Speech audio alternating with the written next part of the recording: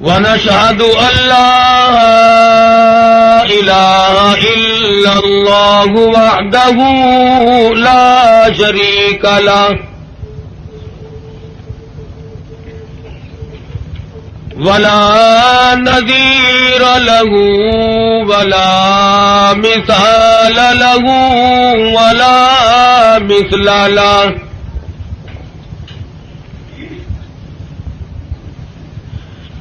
ولا معين له ولا بصير له ولا مشير له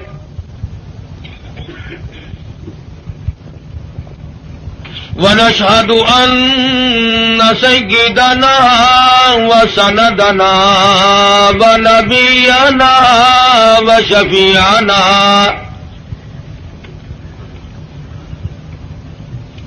وهادينا ومرشدنا ومولانا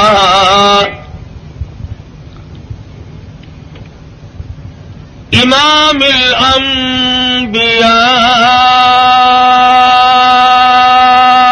وسيد الأنبياء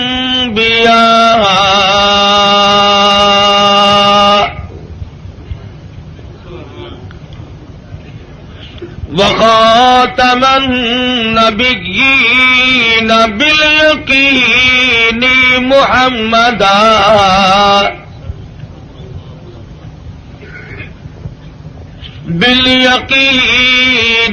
محمدا عبده ورسوله أرسله بالحق بشيرا ونذيرا صلى الله تعالى عليه وعلى آله وأصحابه وأزواجه وذرياته وبارك وسلم تسليما كثيرا كثيرا.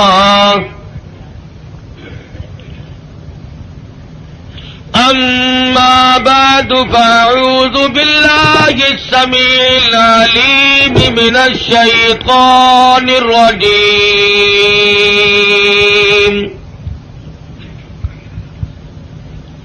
بسم الله الرحمن الرحيم.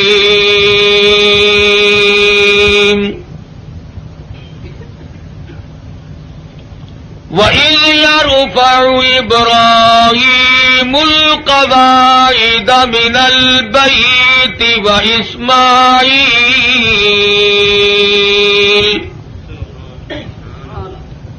رَبَّنَا تَقَبَّلْ مِنَّا إِنَّكَ أَنْتَ السَّمِيعُ الْعَلِيمُ.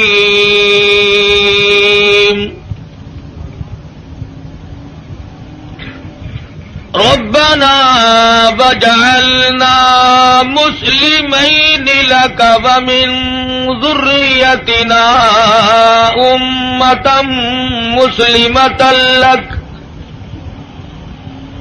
وأرنا مناسكنا وتب علينا إنك أنت التواب الرحيم. ربنا وابعث فيهم رسولا منهم يتلو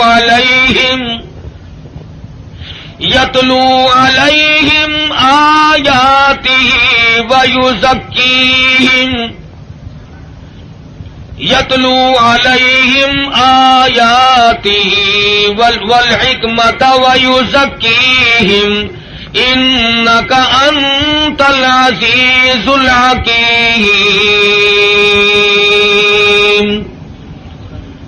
وقال النبي صلى الله تعالى عليه وسلم أنا سيد ولد آدم يوم القيامة وقال النبي صلى الله تعالى عليه وسلم انما الاعمال بالنيات وانما لامرئ ما نوى وقال النبي صلى الله تعالى عليه وسلم الفقر فقري وقال النبي صلى الله تعالى عليه وسلم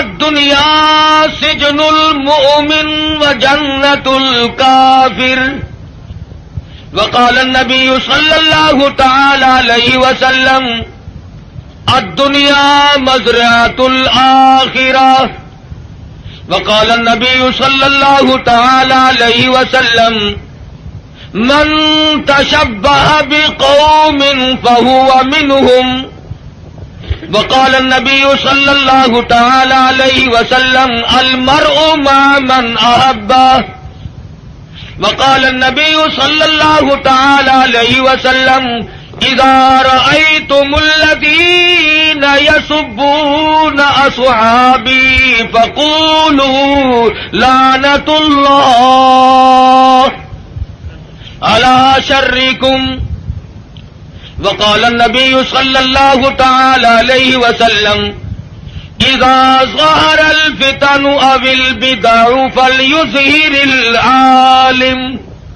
علمه ومن لم يفعل فعليه لعنة الله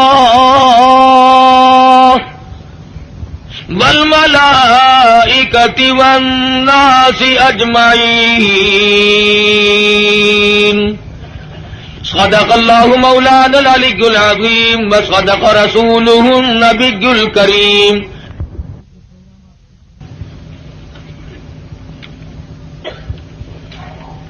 جناب صدر محترم، معزز سامعین، محترم حاضرین،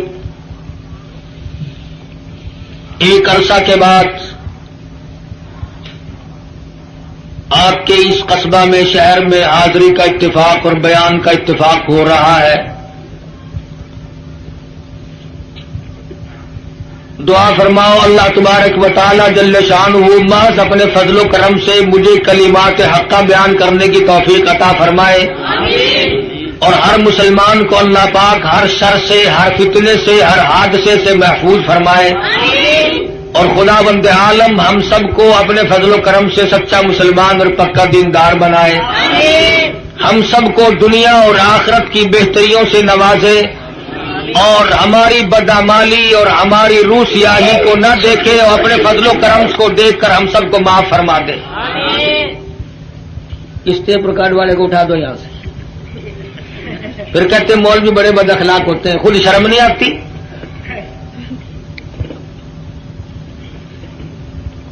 ایک تو یہ بڑی تک ہے جس نے یہ ڈھولکی خرید رکھی ہے، اسٹیج پہ بیٹھتا ہے، سب سے اگلیوں میں آ کے بیٹھتے ہیں یہ، اور پھر ہاتھ ہلاتے رہتے ہیں بیٹھے بیٹھے. عرض کر رہا تھا کہ اللہ پاک نے مجھے بھی پہنچا دیا اور آپ حضرات کو بھی اللہ پاک لے آئے. بس دعا فرمانا کہ خداوند ذوالجلال ہمارے اس مل بیٹھنے کو قبولیت عطا فرمائے. یہ خداوند عالم کا ہی بندے پہ کرم ہوتا ہے کہ اسے نیکی کی توفیق عطا فرمائے. ورنہ اس وقت کافی تعداد میں مخلوق اور مسلمان لوگ سینماؤں میں ہیں، ٹی ویوں پہ پڑے ہیں، زندگی کے قیمتی لمحات کو تباہ و برباد کر رہے ہیں، اور احساس تک بھی کبھی نہیں ہوا کہ میری زندگی کیسے گزر رہی ہے.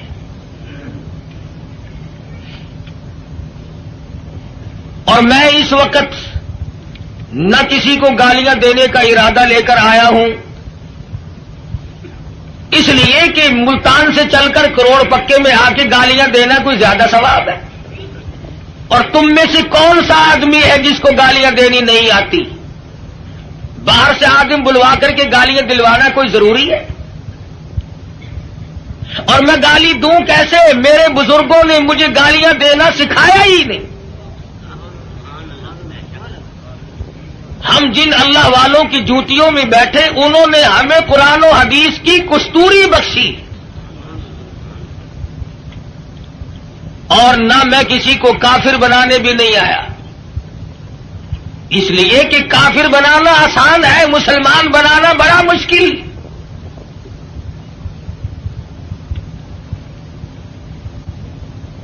کبھی کسی کو مسلمان بھی بنا کے دیکھا؟ نکالنا، برباد کرنا، خارج کرنا آسان ہے، کسی کو صراط مستقیم پر لگا دینا یہ بہت محنت کا کام ہے۔ حضرت شیخ الہند ہیں سب قید رحمت اللہ علیہ، انگریز نے زور لگایا کہ اتا ترک کو آپ کافر لکھ دیں، اس اللہ والے نے اپنی پیٹھ پہ کوڑے تو کھا لیے مگر مسلمان کو کافر نہ لکھا۔ جبر و اکراہ بھی ہوا، پریشان بھی کیا گیا، مگر صاف انکار کر دیا کرتے تھے۔ اس لیے نہ گالیاں دینا ہمارا شیوا ہے، نہ کسی کو کافر بنانا ہم لوگوں کا کوئی مقصد نہیں، بلکہ دل سے دعا ہے کہ خداوند عالم ایسی دین کی ہوا چلائے کہ پوری دنیا میں ایک بھی کافر نہ رہے۔ تمنا یہ ہے کہ ساری دنیا کے لوگ حضور اکرم صلی اللہ علیہ وسلم کے غلام بن جائیں، اور جو گالیاں دیتے ہیں انہیں مبارک ہو۔ اس لیے کہتا ہوں ارے مالی ندی گالی بگاڑا ہم نے کیا تیرا،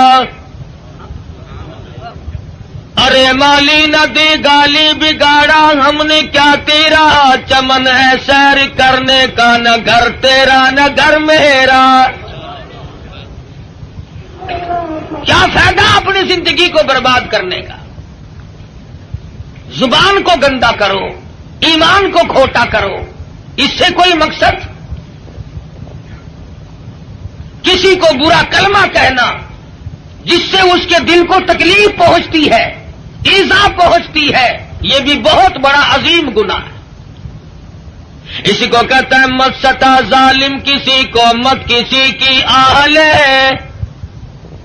مت ستا ظالم کسی کو مت کسی کی آہ لے، دل کے دکھ دینے سے نادا عرش بھی ہل جائے گا۔ نعرہ تکبیر، اور پھر ہم تو اس ہستی کے نام لیوا ہیں۔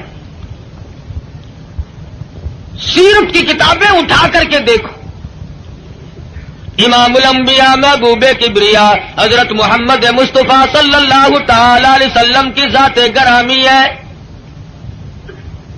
کسی کی سیرت جوانی سے شروع ہوگی، کسی کی سیرت 40 سال میں جا کے شروع ہوگی، کسی کی سیرت 30 سال کی عمر میں جا کے شمار کی جائے گی۔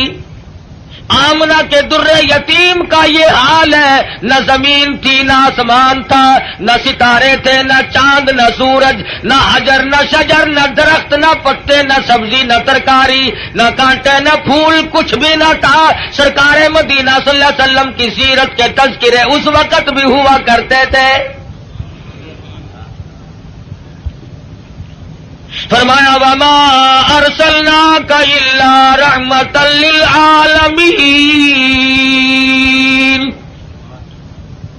کالی کملی والے میں نے آپ کو جہانوں کے لیے رحمت بنا کے بھیجا۔ علماء کرام نے عالمین کی تفسیر کرتے ہوئے 4 جہان شمار کرائے، ایک عالم ارواح، ایک عالم دنیا، ایک عالم برزخ اور ایک عالم آخرت۔ 4 جہان شمار کرائے ہیں علماء امت نے۔ سب سے پہلا عالم اور جہان وہ عالم ارواح کو شمار کرایا گیا۔ علماء کرام نے لکھا ہے کہ تخلیق روح کے اعتبار سے سب لوگ برابر ہیں۔ جس دن ہمارے باپ کی روح پیدا ہوئی اسی دن ہماری روح پیدا ہوئی، جس دن دادا کی روح پیدا ہوئی اسی دن اسی وقت اللہ پاک نے تمام دنیا کے لوگوں کی روحوں کو یکدم پیدا فرمایا۔ اور اس کو اس نظام میں کوئی وقت نہیں لگا، کوئی لمبی چوڑی کارروائی نہیں کرنی پڑی، بلکہ صرف اتنا ہوا اذا قضى امرا فانما يقول له كن فيكون۔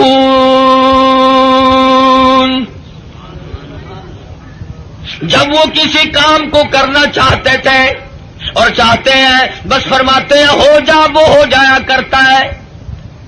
سارے جان کی روحیں پیدا ہو گئی، تمام روحوں کو ایک جگہ اکٹھا کر کے اللہ پاک نے فرمایا الست بربکم، او دنیا میں جانے والوں، عالم ارواح میں رہنے والوں، کیا میں تمہارا رب ہوں؟ اللہ پاک نے عالم ارواح میں امتحان شروع کر دیا۔ دنیا میں جا کر یہ لوگ بگڑ جائیں گے، طرح طرح کے دھندوں میں پھنس جائیں گے، لغویات میں مشغول ہو جائیں گے، ان سے یہی اقرار لے لیا جائے الست بربکم۔ کلیم اللہ کی روح خاموش ہے، ابراہیم خلیل اللہ کی روح خاموش ہے، روح اللہ کی روح خاموش ہے، نجی اللہ کی روح خاموش ہے، رسولوں کی روحیں خاموش ہیں، پیغمبروں کی روحیں خاموش ہیں، انبیاء کرام کی روحیں جواب نہیں دیتی، ابدالوں کی روحیں خاموش ہیں، قطبوں اور غوثوں کی روحیں خاموش ہیں۔ علماء لکھتے ہیں سب سے پہلے روح محمد الرسول اللہ صلی اللہ علیہ وسلم نے جواب دیا بلا انت ربنا۔ نعرہ تکبیر، بے شک تو ہم سب کا پروردگار عالم ہے۔ علماء لکھتے ہیں جب سرکار مدینہ صلی اللہ علیہ وسلم کی روح مبارک نے جواب دیا، اس کی تقلید کی خلیل اللہ کی روح نے، ذبیح اللہ کی روح نے، کلیم اللہ کی روح نے، روح اللہ کی روح نے، تمام روحوں نے اس کی تقلید کی۔ عالم ارواح میں شور مچ گیا بلا انت ربنا۔ عالم ارواح کی سرداری اللہ تبارک و تعالی نے امام الانبیاء محبوب کبریا حضرت محمد مصطفیٰ صلی اللہ علیہ وسلم کو عطا فرمائی۔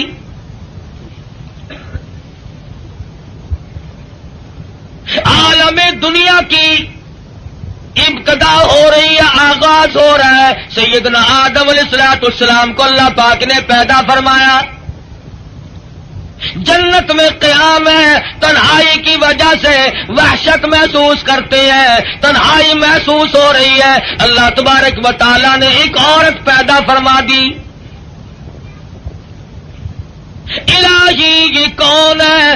یہ میں نے تمہارے لیے عورت پیدا کی ہے۔ قریب جا پہنچے، ہاتھ لگاؤں گا، لمس کروں گا، چھوؤں گا اسے، یہ میری ہے۔ آواز آتی ہے اے آدم ٹھہرو، غلطی نہ کرنا، ابھی ہاتھ لگانے کی اجازت نہیں، پیدا میرے لیے کی گئی ہے، ہاتھ لگانے کی اجازت کیوں نہیں؟ آواز آتی ہے اے آدم آپ ابو البشر ہیں، سارے جان کے لوگوں کے ابا ہیں، یہ سارے جان کے لوگوں کی اماں ہیں، پہلے حق مہر ادا کرو پھر ہاتھ لگاؤ۔ الہی سونے کے محل دے دوں، کستوری زعفران کا گاڑا جن محلوں میں لگا ہوا ہے وہ مکان دے دوں، سونا دے دوں، چاندی دے دوں، باغات دے دوں۔ آواز آتی ہے نہیں نہیں، پھر اور کیا دینا پڑے گا؟ آواز آتی ہے وما ارسلناک الا رحمۃ للعالمین۔ آج میرے حبیب کی تمام دنیا کے لوگوں کے سامنے سیرت ظاہر کرنی ہے، یہاں سے ان کے تذکرے شروع کرنے ہیں۔ اے آدم کچھ لینا دینا نہیں ہے، یہاں کھڑے کھڑے آپ میرے محبوب کی ذات اقدس پہ 20 مرتبہ درود پاک پڑھے، حق مہر ادا ہو جائے گا۔ نعرہ تکبیر، تو تاج و ختم نبوت، نعرہ تکبیر۔ ابھی شروع ہی ہوا ہے دنیا کا نظام کہ حبیب کبریا حضرت محمد الرسول اللہ صلی اللہ علیہ وسلم کے تذکرے شروع ہو گئے، درود شریف پڑھو حق مہر ادا ہو جائے گا۔ آج مسلمان کو درود پاک پڑھنے کی توفیق نہیں. آج ہم صبح کو اٹھتے ہوئے کچھ اور کہتے ہیں, سوتے ہوئے کچھ اور بک بک کرتے ہوئے سو جاتے ہیں. ارے سونا جاگنا نہیں, بلکہ مرتے وقت کلمہ نصیب نہیں, درود شریف استغفار نصیب نہیں. بے ہوشی کی موت لوگ مر رہے ہیں. پھر انبیاء کرام تشریف لا رہے ہیں. حالات دنیا کے بڑھتے چلے گئے. یہ کون آئے؟ یہ یونس علیہ الصلوۃ والسلام ہے. شہر نینوا اور موصل کے لیے پیغمبر بن کے آئے. یہ کون ہے؟ یہ صالح علیہ الصلوۃ والسلام ہے. قوم سمود کے لیے پیغمبر بنا کے بھیجے گئے. یہ کون ہے؟ یہ شعیب علیہ الصلوۃ والسلام ہے. مدین کے نبی بن کر آئے. یہ کون بزرگ ہے؟ یہ کون سے پیغمبر ہے؟ یہ عیسیٰ علیہ الصلوۃ والسلام ہے. یہ ذبیح اللہ ہے. یہ یوسف علیہ الصلوۃ والسلام ہے. یہ بنی اسرائیل کے نبی, کوئی علاقے کا نبی, کوئی صوبے کا نبی, کوئی ایک ملک کا نبی. آئی آمنہ کے در یتیم کی باری تو آواز دے دی, دنیا والوں, آسمان والوں کا نبی, زمین والوں کا نبی, تمام کے تمام کا ایک ہی نبی بنا کر کے میں بھیج رہا ہوں. قل یا ایھا الناس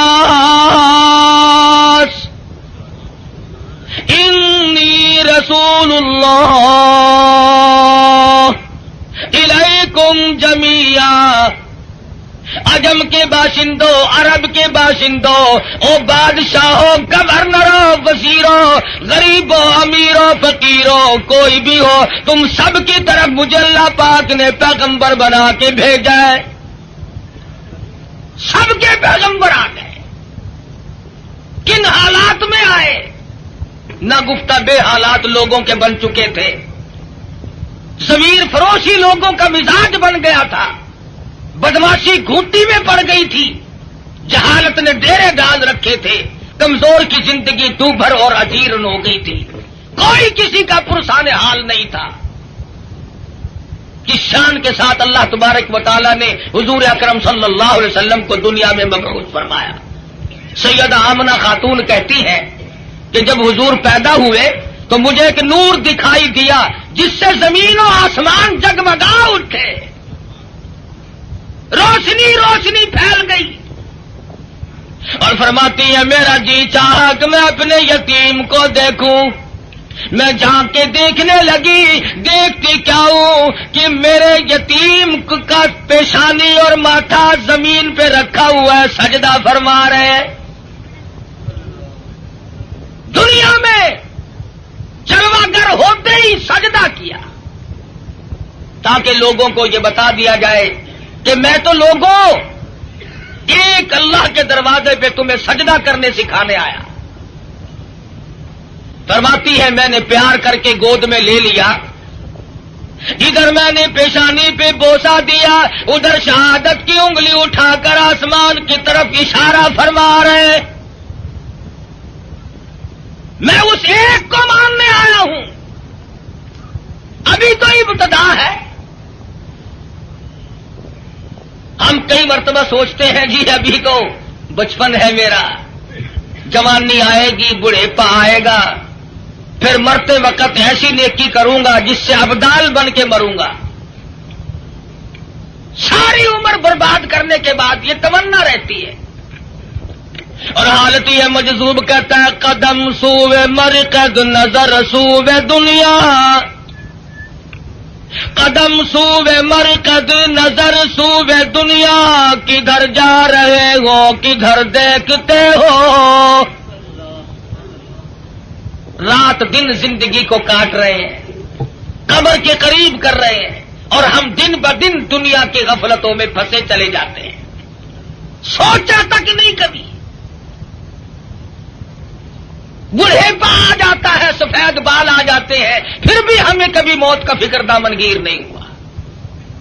کیوں ہو, کیا ضرورت پڑی؟ حضور اکرم صلی اللہ تعالی علیہ وسلم کی ذات اقدس یتیم پیدا ہوئی. حلیمہ کہتی ہے میرے پاس میرا ذاتی بچہ تھا، لوگوں نے مجھے اپنا بچہ اس خوف سے نہیں دیا کہ یہ اپنے بچے کو تو پالے گی اور ہمارے بچے کو بے پرواہی کر کے خراب کرے گی۔ چلتی چلاتی حضور کے دروازے پہ آ گئی، کہنے لگی آمنہ مجھے کم سے کم اپنے یتیم کی زیارت تو کرا۔ کہتی ہے جب آمنہ خاتون نے چٹی چادر حضور کے چاند جیسے چہرے سے اٹھائی، حلیمہ کی آنکھیں چندھیا گئی اور کہنے لگی میری آنکھوں نے آج تک اتنا حسین بچہ کوئی دیکھا نہیں۔ حلیمہ کہتی ہے میں نے بھی نہیں دیکھا، آمنہ فرماتی ہے میں نے بھی نہیں دیکھا۔ آواز آتی ہے، جبریل کہتے ہیں او حلیمہ او آمنہ تم کہاں سے دیکھ لیتے ہیں؟ تمہارے سامنے تو صرف قریش کے بچے ہیں، بنو سعد کے بچے ہیں۔ میں مشرق کا چکر لگاتا ہوں، میں مغرب کا چکر لگاتا ہوں، شمال میں پھرتا ہوں، جنوب کا چکر لگاتا ہوں، رب کبریا کی قسم آج تک میری آنکھوں نے اتنا حسین دیکھا نہیں۔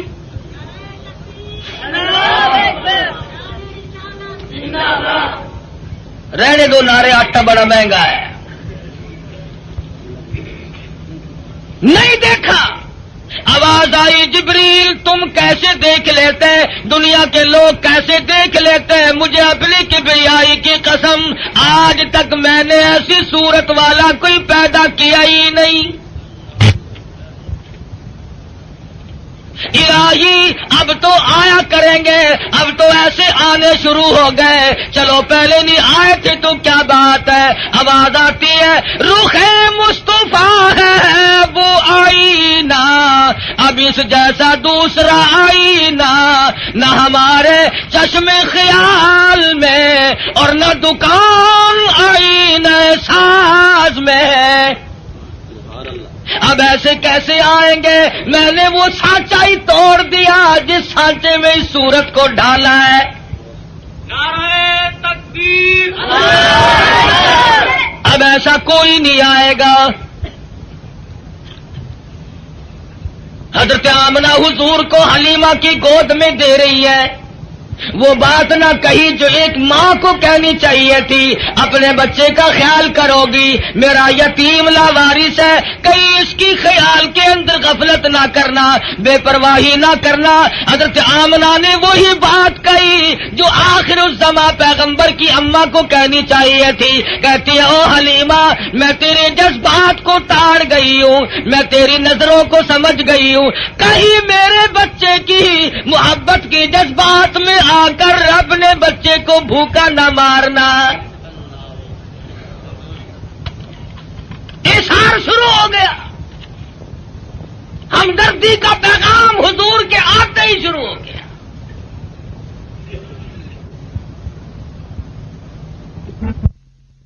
پوچھو یہ سعودی عرب والے بھوکے مرا کرتے تھے، حاجیوں سے ستو چھین کر مانگ کر کھایا کرتے تھے۔ ادھر قانون مصطفیٰ صلی اللہ علیہ وسلم کے چند قانونوں کا اجرا کیا، حدود اللہ کو قائم کیا، ادھر اللہ میاں نے زمین کو حکم دیا جب میرے نبی کو دستور کو مان بیٹھے اب سونا باہر اگل دے۔ پٹرول نکل رہا ہے، سنگ مرمر نکل رہا ہے، سونے کی کانیں نکل رہی ہیں۔ تم دیکھنا تو صحیح جب ہمارے ملک میں اسلامی نظام کو استحکام کی صورت حاصل ہو جائے گی اور ہم جب سب دل سے ماننے لگیں گے، خدا کی قسم پھر اس کی برکتوں کا مشاہدہ کرنا۔ نعرہ تکبیر، نعرہ صحابہ، ابھی تو آیا ہی آیا ہے نا۔ مسلمانوں نے بڑا غضب کیا، بڑا ظلم کیا، کوٹھی زندہ کے لیے، بنگلہ زندوں کے لیے، کار موٹر زندوں کے لیے، ہوائی جہاز زندوں کے لیے، سبزی ترکاری پھل فروٹ سارے کے سارے زندوں کے لیے، عورت مرد زندہ مرد کے لیے، مرد زندہ عورت کے لیے، کپڑا لتا خرچ اخراجات یہ تمام کی تمام زیبائش اور نعمتیں زندوں کے لیے۔ مسلمانوں نے کتنی بڑی بے انصافی کی، خدا کا قرآن مردوں کے لیے۔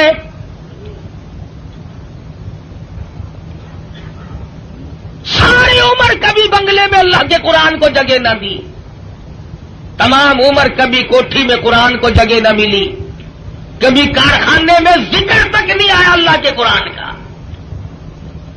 لیکن جب کارخانے دار مر گیا، ذمہ دار مر گیا، پھر سارے علاقے کے مولویوں کو اکٹھا کر کے لاؤ، طالب علموں کو بلواؤ، مولوی جی آج تو بہت قرآن پڑھنا، اینا پڑھنا کہ تسی میرے پیو نو بہش دے وچ ٹھوک کے جانا۔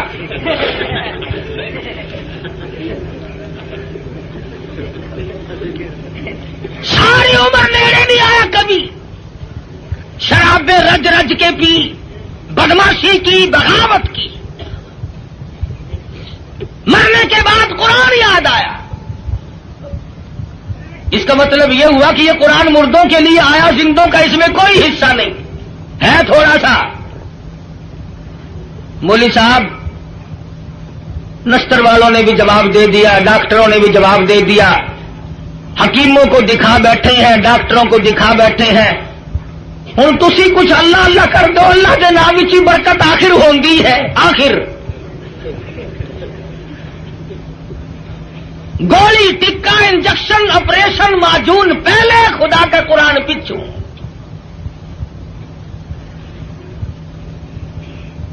اور ہے ہم سونی سرکار دے سارے امتی۔ عقیدے کی بات کر رہا ہوں کہ ہمارے نظریات دیکھو کتنے بگڑے، ہم کہاں گئے؟ تمہیں کیا معلوم ہے؟ زید بن حارث رضی اللہ تعالی عنہ صحابی کہتے ہیں میں مدنی کریم صلی اللہ علیہ وسلم کے ساتھ تھا، حضور جب طائف میں تشریف لے گئے، سرداروں کو اللہ کا قرآن سنایا، توحید کا پیغام پہنچایا، انہوں نے تو انکار کر دیا۔ طائف کے امیروں کے، غریبوں کے، شریر بچے جھولیاں پتھروں کی بھر کے سرکار مدینہ کے پیچھے لگ گئے۔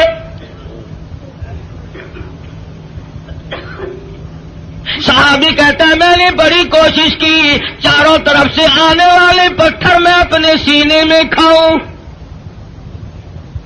اور لوگوں، وہ کتنے متبرک قسم کے لوگ ہوں گے جو سرکار مدینہ کی طرف آنے والے پتھر اپنے سینے پہ کھا رہے تھے۔ صحابی کہتا اچانک میرے کانوں میں، حضور کی پنڈلی میں، حضور کے ٹخنوں میں کڑاک کڑاک کر کے پتھر لگنے کی آواز آنے لگی۔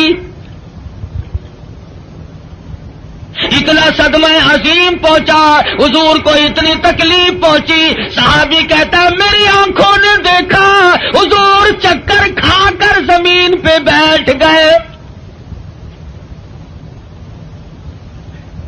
ایسی اعلیٰ درجے کی صورت، ایسی سیرت والا، ایسی صورت پہ آج لوگ پتھر مار رہے ہیں۔ صحابی کہتا حضور 4 مرتبہ بیٹھے، باہر تشریف لے آئے، کھجور کے سائے میں قیام پذیر ہوئے، میری آنکھوں نے دیکھا پنڈلیوں کے لہو بہ رہا ہے، قدم مبارک زخمی ہے، نالین مبارک لہو میں تر بتر ہے، میں دیکھ رہا تھا حضور اس وقت کیا فرمائیں گے۔ صحابی کہتا ہے حضور نے دامن پھیلایا اور آسمان کی طرف چہرہ انور اٹھایا اور فرمانے لگے او مالک کائنات، او زمین و آسمان کے مالک، دیکھ لے میرا کیا حال بن گیا، اب تو مجھ سے راضی ہو جا۔ نعرہ تکبیر، اللہ اکبر۔ تجھے کیا پتا ہے کہ کس قدر دکھوں سے گزرنا پڑا ہے حضور اکرم صلی اللہ علیہ وسلم کو۔ عروہ بن مسعود رضی اللہ تعالیٰ عنہ نے مدینے پاک میں عرض کر دیا یا رسول اللہ صلی اللہ علیہ وسلم مجھے اجازت دو میں طائف میں جا کر اپنے قبیلے کے لوگوں کو قرآن کی تعلیم دوں۔ حضور کی آنکھوں میں آنسو آ گئے، فرمانے لگے عروہ بن مسعود تیری مرضی، مجھے طائف والوں کی مار آج تک یاد ہے۔ بیت اللہ میں دنیا سجدے کرتی ہے، اپنے اپنے عقیدے کے مطابق عبادت کرتی ہے۔ علماء نے لکھا ہے حضور اکرم صلی اللہ علیہ وسلم سجدہ ریز ہے، سجدہ فرما رہے ہیں، ایک کافر آیا اور اس نے آ کر کے زور سے اس قدر حضور کے سر مبارک میں پتھر مارا، لہو کی دھار دور جا کے پڑی۔ کب نہ دکھ پہنچے، نماز تک نہیں پڑھنے دیتے، گلیوں میں، بازاروں میں، چوکوں میں مار پڑ رہی ہے۔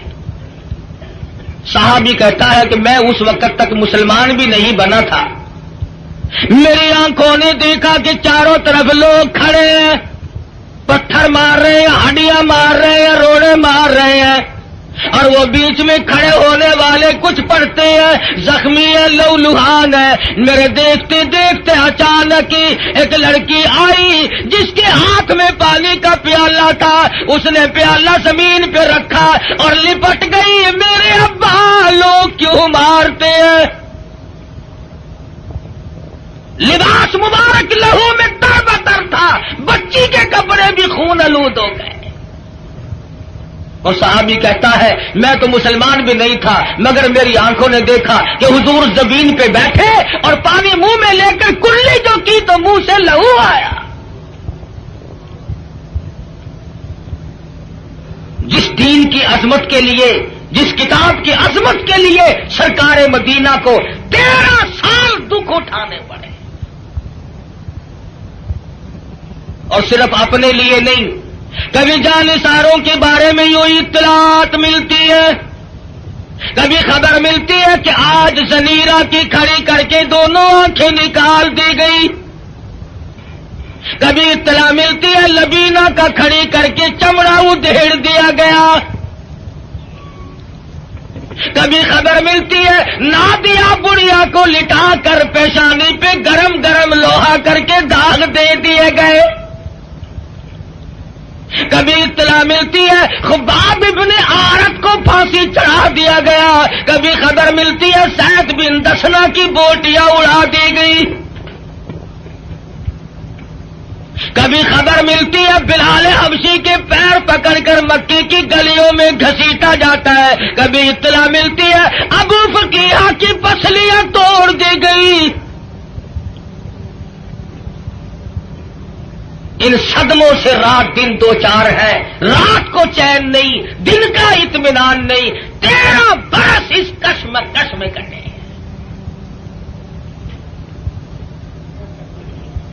اگر یہ اسلام ایسی چیز ہوتی، اگر دین ایسا ہوتا کہ جس کو چھوڑنا ممکن ہوتا، ان دکھوں میں پڑنے کی حضرات صحابہ کرام کو کیا غرض پڑی تھی؟ پتا چلا کہ ایسی شے تھی جس کو چھوڑنا ہی ممکن نہیں تھا۔ حضور کی خود آنکھوں نے دیکھا صلی اللہ علیہ وسلم، سمیہ کے سامنے کھڑے ہیں مکے کے کافر لوگ، اور بار بار تقاضا کرتے ہیں اگر تو اپنی جان بچانا چاہتی ہو تو ہم تجھے چھوڑ دیں گے، تو کلمے کا انکار کر دے۔ سمیہ کہتی ہو تم مجھے جان کی بات میری چھوڑ دو، مکی کے پہاڑ اپنی جگہ سے ٹل سکتے ہیں، سمیہ کے ایمان میں فرق قطعاً نہیں آئے گا۔ ہم جیسا ہوتا تو یہیں سے مسئلے بنا لیتا، اوہ جی جان بچانی بھی تو فرض ہے۔ مسئلہ جان کا بناتے، جیب نوٹوں سے بھرتے۔ ہم نے دین کی آڑ میں دنیا کمائی، ارے صحابہ نے دین کے لیے دنیا کو ٹھوکر سے ہٹا دیا تھا، پرواہ ہی نہیں کی۔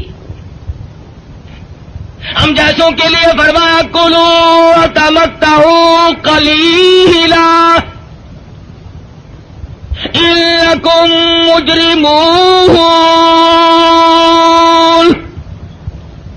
کھا لو پی لو مزے اڑا لو چند دنوں کے لیے، اور تم پرلے درجے کے مجرم۔ یعرف المجرمون بسیماہم فیؤخذ بالنواصی والاقدام، پیشانی کے بال پکڑ کر گھسیٹ کر جہنم میں پھینک دیا جائے گا۔ صحابہ نے ایمان نہیں بچایا، نعوذ باللہ جان نہیں بچائی، ایمان بچایا۔ جانتے تھے کہ دنیا اور آخرت میں چلنے والا سیکہ ایمان ہے، اگر ایمان چلا گیا تو پھر پلے کچھ نہیں رہتا۔ ہم لوگ تو اللہ کی بے نیازی کا زبان سے اقرار کرتے ہیں. تم کروڑ پکے والے بھی اللہ میاں کو بے نیاز مانتے ہو کہ نہیں؟ اللہ بے نیاز ہے؟ آہستہ بول لو کوئی سن نہ لے. بڑا بے نیاز بادشاہ ہے. جب وہ چاہے تو قطرے کو سمندر کر دے اور جب وہ چاہے تو یتیموں کو پیمبر کر دے. بڑا بے نیاز بادشاہ ہے. جب وہ چاہے تو گنجے کو اندر کر دے. کون ہے روکنے والا؟ او بھائی ٹیپ ریکارڈ والے گھر لے جا اپنے، خدا کا واسطہ. کون ہے مسلسل تو میں عرض کر رہا ہوں بڑا بے نیاز بادشاہ ہے. ڈرو اس مالک سے. شام کو سو لکھا پتی، صبح کو اٹھو تو ٹکڑوں کے محتاج. شام کو وزیر اعظم اور صبح کو اسیر اعظم. ریڈیو پہ خبروں میں نہیں سنتے بڑا ملزم. کون کہہ سکتا ہے؟ کسی بندے کی مجال نہیں. وہی کرتا ہے فعال لما یرید. بڑا بے نیاز ہے. جس کو چاہے بادشاہ بنا دے، جس کو چاہے فقیر بنا دے. کون ہے اسے پوچھنے والا؟ جب تنگ بنگ ہوتا ہے آدمی پھر خدا کو یاد کرتا ہے. پچھلے ہفتے میں سندھ گیا تھا. بنیے جو ہے نا سندھ کے ہندو لاکھ درود پڑھوا رہے ہیں. ایک مولوی صاحب بتا رہے تھے کہ ہم نے بھی لاکھ درود مہنگا کر دیا، ریٹ بڑھا دیا ہم نے بھی.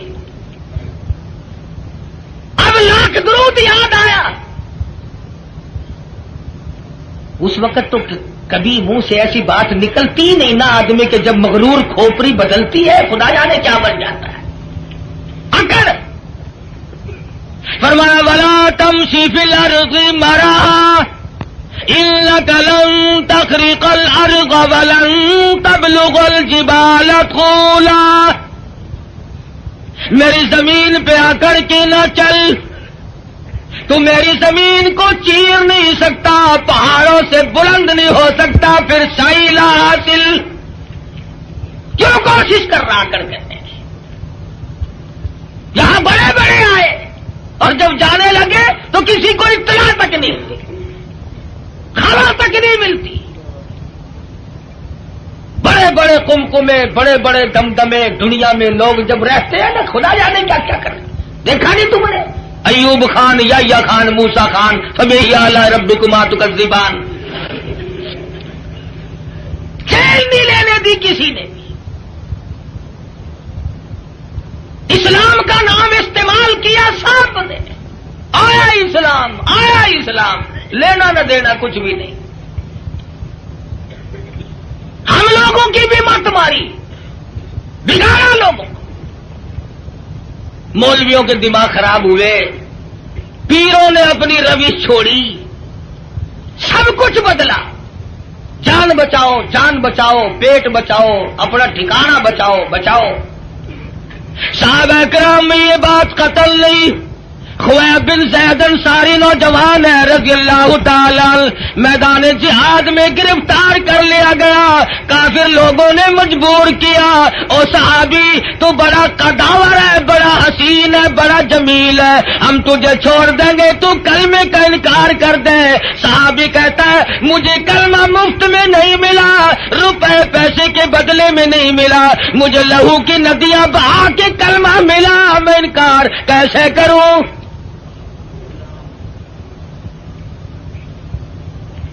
کافر کہنے لگا دائیں ہاتھ کی چھوٹی انگلی کو کاٹ دو.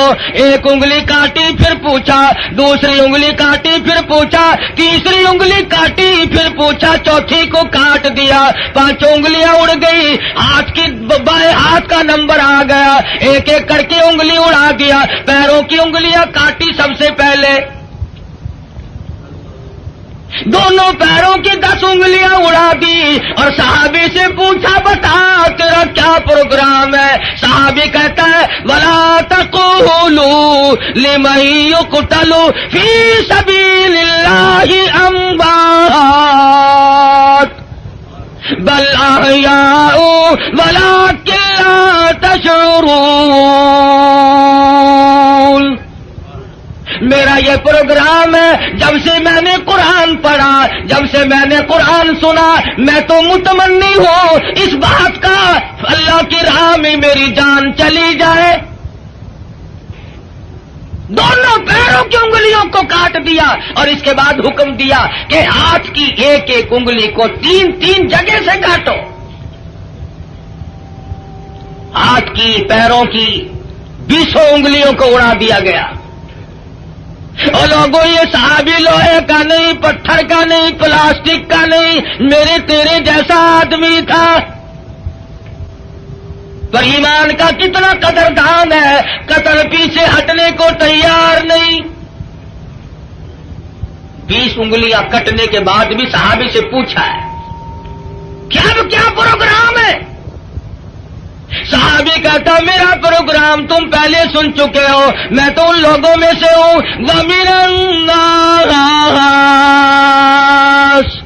مَن يَشْرِي نَفْسَهُ ابْتِغَاءَ مَرْضَاتِ اللَّهِ وَاللَّهُ رَءُوفٌ بِالْعِبَادِ۔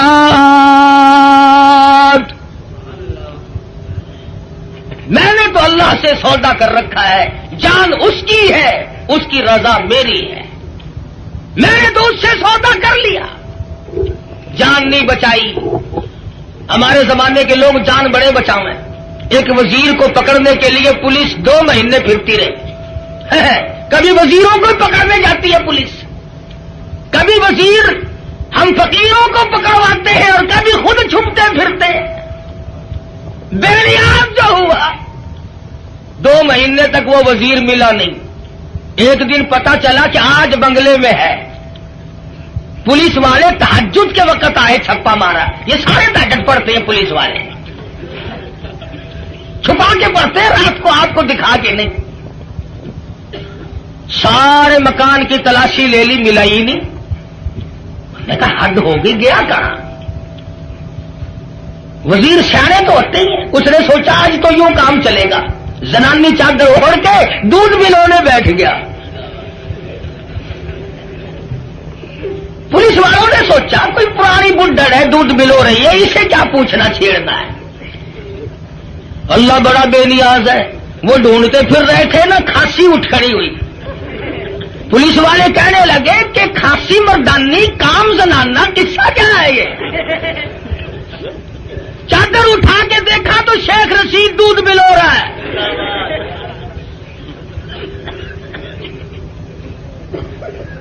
بڑا بے نیاز ہے، وزیروں کو دودھ ملوتے دیکھا۔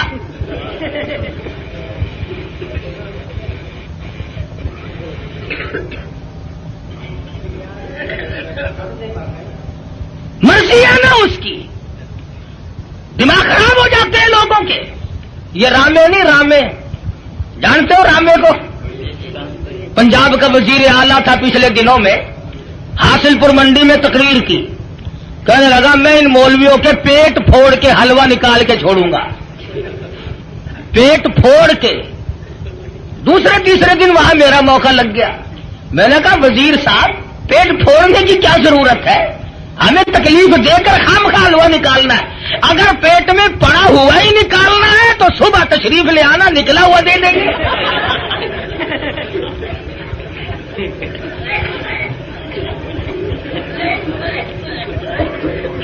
دماغ خراب ہو جاتا ہے قدرتی طور پر، سٹیج ہی ایسی ہے، بگڑ جاتے ہیں لوگ۔ اللہ پاک سے ڈرنا چاہیے، بڑا بے نیاز ہے۔